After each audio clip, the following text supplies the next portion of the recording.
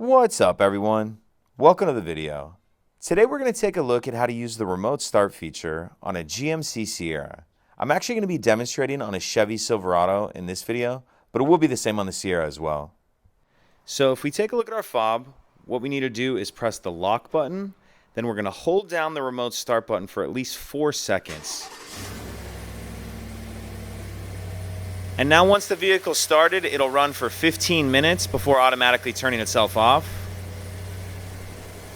In order to drive the vehicle, what we need to do is come over here,